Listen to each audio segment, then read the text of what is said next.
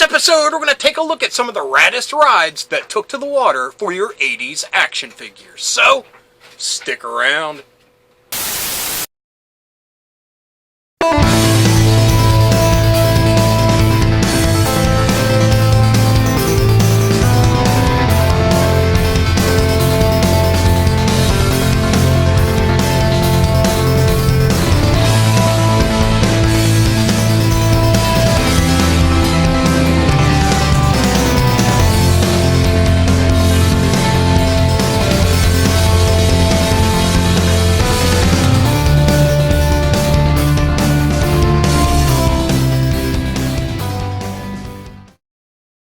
Hello, fellow dorks and dorkettes, and welcome to Nostalgia Syndrome.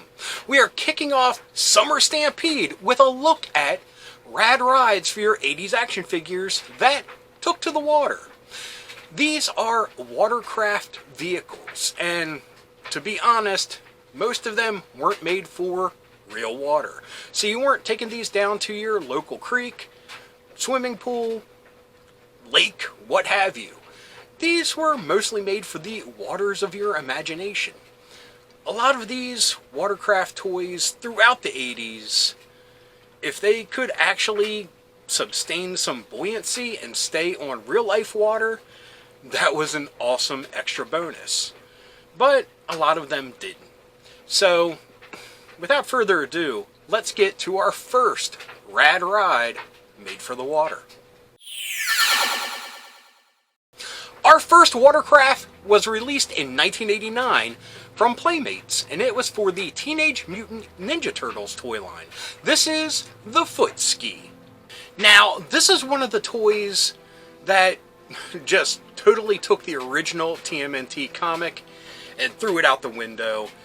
And yeah, all the dudes that were sitting around the board table at Playmates, yeah, they were snorting the best cocaine in the world, because let me read you the back of the package. Yeah, I can't. So let's read the back of the package. Cast off on the Foot Ski, the Foot Clan's high-tech futuristic jet ski. You're on the high sewers as you patrol for brain-rich turtles. Yes, you're dredging for fuel, because this mutant machine processed turtle brains into sewer gas, making it the first self-contained jet ski in the world. If you're running low on sewer gas, simply run over a turtle and suck his mutant brains out. Not easy, you say? Well, think again. Simply sail through the sewers at top speed, and when you spot a turtle, go for it. Capture and stun the turtle with electrifying vinyl leeches, and the mutant brain intake valve does the rest. Pretty easy, huh? So, the next time your foot ski's low on gas, cruise by a turtle and just say, "Fill her up." Dude, what were these guys thinking? I mean, even something like this wouldn't appear in the cartoon. You ain't gonna put a leech-infused jet ski on a cartoon that propels itself with turtle brains. I am totally beside myself. I mean, the foot ski was just always one of those things floating out there that, yeah, it's a jet ski with, I thought they were electric eels on the front. This kind of says they're electric eels / leeches, so I'm kind of confused. But it just was what it was. I don't think I ever read the back of the package, and it was never really explained to us in cartoon form. Maybe in the Archie comic, but yeah. Anyway, this thing, its accessories were a sewer gas sniffing pole, leech patrol, and skull and crossbones flag.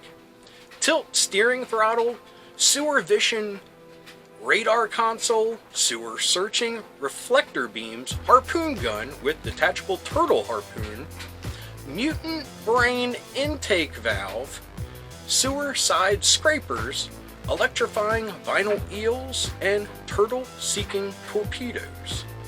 Now, let me take a closer look at this thing, the front here. that we will put up there right now. I'm confused of this whole leech and electrified eel thing. I don't think they knew either. I think they were confused as all heck.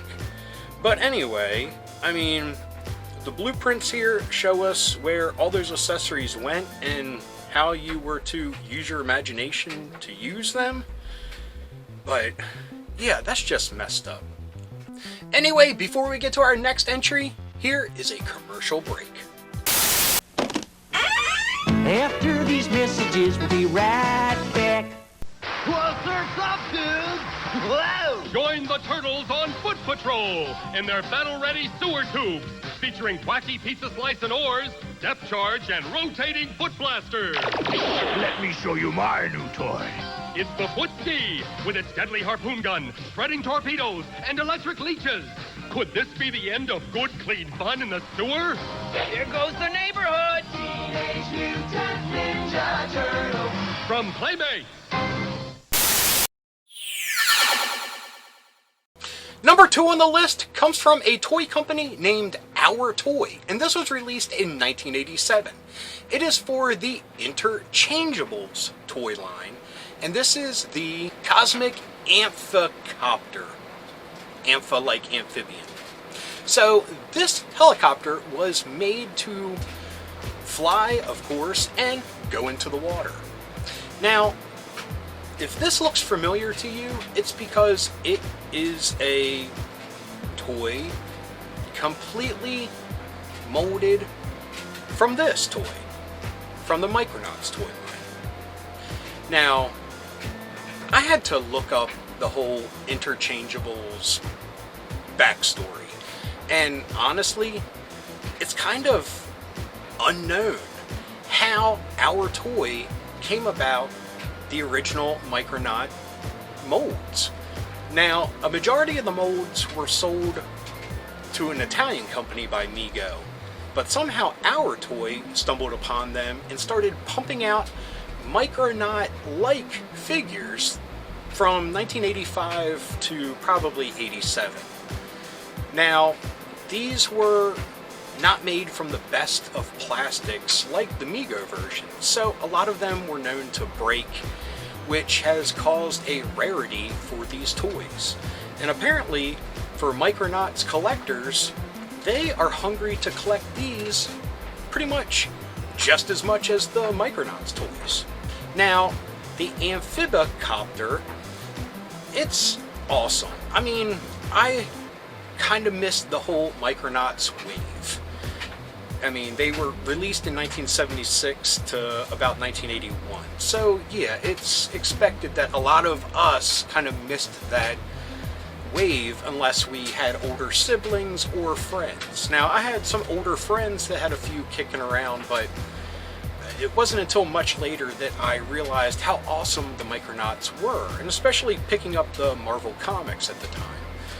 Now, yeah, this has some really neat features to it. I mean, it's a pretty solid design, and it's a battery-operated vehicle. So, as a helicopter, the propellers would kind of spin, so on and so forth. But, to make it water-ready, you would add these little flippers to the side of the cockpit and put these, like, globe things on the back, like tail propellers. I would assume at that point you could put it in the water, maybe, for it to go, or you just pretend by looking at the flippers flapping around. Now, these, as well as the Micronauts, featured a lot of metal. The joints were metal, screws were metal, so on and so forth. So I would probably be pretty scared to drop this guy in water, because you're just going to pull out a rusty mess. But I think it's pretty cool nonetheless, and yeah, Our Toys, very interesting. And like I said, couldn't find a lot of backstory on it, and a lot of people are hungry to know how this came to be. So yeah, like I said, it's a rarity, and a lot of people are hungry to collect the Interchangeables. So we'll see how much that goes for. Our third rad ride comes from a toy line that definitely falls into the wish I would have had it category. This comes from Kenner's 1988 toy line, Bone Age, and this is Plesiosaur. So I will speak out of turn and say this was not made to be floating on any water whatsoever, because it's a skeletal plesiosaur. Now, the Bone Age toy line were just skeletal dinosaurs, and they were awesome. They came with very small action figures. So this one was part of the Lava Clan, which I don't really know what that means. But it has flipper capturing action, so it could grab one of the other clans and capture them in its big skeletal flippers. Now, looking at the back of the package, it looks like you could take the flippers and make it walk on all fours to be on land, but I mean, it's a plesiosaur, so we know this dude was sailing through the ocean and chomping down on whatever it could find. As usual, Kenner went all out on the art for the package. Bone Age had some brilliant art, and this is no exception. I mean, you have the lava dude up on top, get ready to chuck a spear at the dude that the plesiosaur has trapped, and I mean, it's just an epic little battle picture, and it's great. Now, one of the other things about the Bone Age toys was they were modular. You could take them apart and rebuild your skeletal dinosaur into many different things. The back of the package has two examples. One is a jail cell. That's pretty cool. The second one is another reason that it could be allowed on a watercraft list.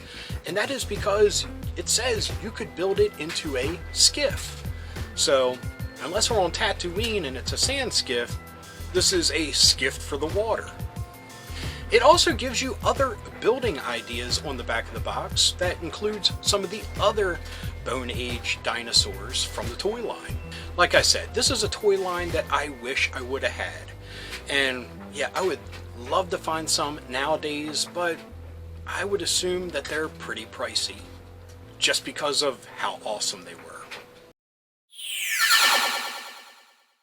Our fourth watercraft vehicle is kind of a cheat, but I wanted to do something that was very different from the other rad rides that we're talking about in this episode. Now, this comes from the Polly Pocket toy line, and this is Polly's Speedboat Ring. This was released by Bluebird in 1989, and as the saying goes for Polly Pocket, she's the pocket-sized playmate that you can take anywhere. Now, this ring boasts that it is a super highly detailed ring that you can take apart for hours of playtime fun. I don't know about hours, because you just have this little Polly Pocket that sits in a little speedboat that goes on a ring. Hours? Definitely an exaggeration. But I'm sure if you were a little girl or anyone that collected Polly Pocket, I'm sure you had a lot of fun with this. Now, I don't know about its buoyancy or if it could be played in water in any way, shape, or form. I don't think so, because it looks pretty solid, and we don't know about the way it attaches to the ring. It might have a little hole, and right there you're inviting a sinking vessel.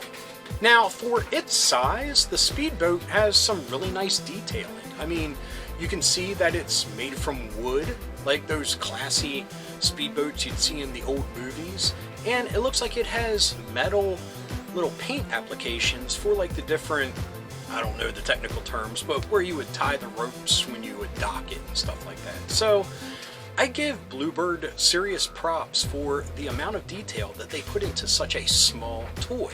I mean, it even has an anchor on the bow. Is that the right word for the front of the ship?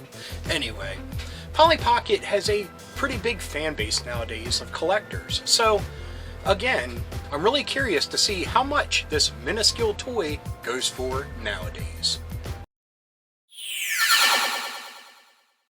Our fifth and final rad rides for 80s action figures comes from one of the 80s most popular TV shows, and that is the A-Team. This toy was released by Galoob in 1984, and this is Hannibal's motorized patrol boat. And it included a 3 3/4 Hannibal action figure.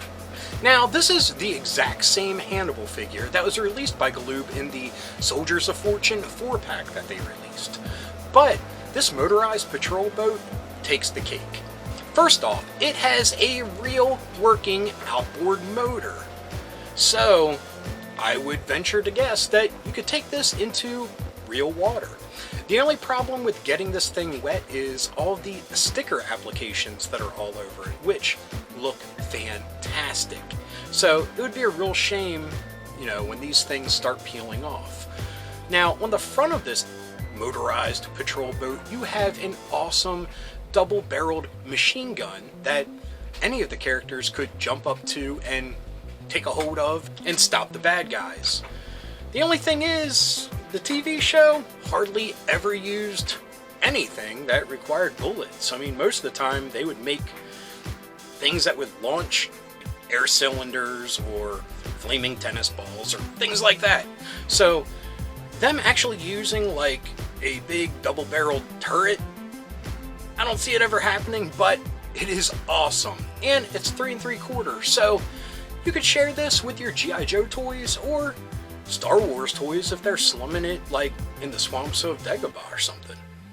Anyway you cut it, this is an awesome vehicle. And just the fact that it has a real motor that would propel it through the water, that would have been mind-blowing as a kid. I mean, how many of you out there wanted those remote-controlled boats that we saw commercials for? Or, I mean, the holy grail of 90s toys, the remote-controlled hovercraft. Unfortunately, I knew someone that bought one and it sunk instantly. But anyway, this is an awesome toy, and it would have been awesome to include it into your G.I. Joe Playtime universe. I mean, the A-Team dudes could have palled around with Duke, Snake Eyes, Shipwreck, any of them. Think of it, Shipwreck with this vehicle, yeah. I don't have any more to say after that. Anyway, folks, that was a look at 5 rad rides for your action figures that took to the open waters throughout the 1980s. And I think we got a good look at a little bit of everything. I mean, I even threw in Polly Pocket, which won't be a favorite for everybody, but you have to mix it up every once in a while. But anyway, I hope you enjoyed this episode. And if you did, please give me a thumbs up. If you got something to say, please leave a comment. I love reading them, and I love getting back to everybody. And if you're new around here and you enjoyed this or any of the other episodes that YouTube is recommending down here, please hit subscribe. And if you hit that little bell icon, you will be notified whenever there's a new episode. So anyway, until next time, thanks for watching. Keep being rad and stay dorky.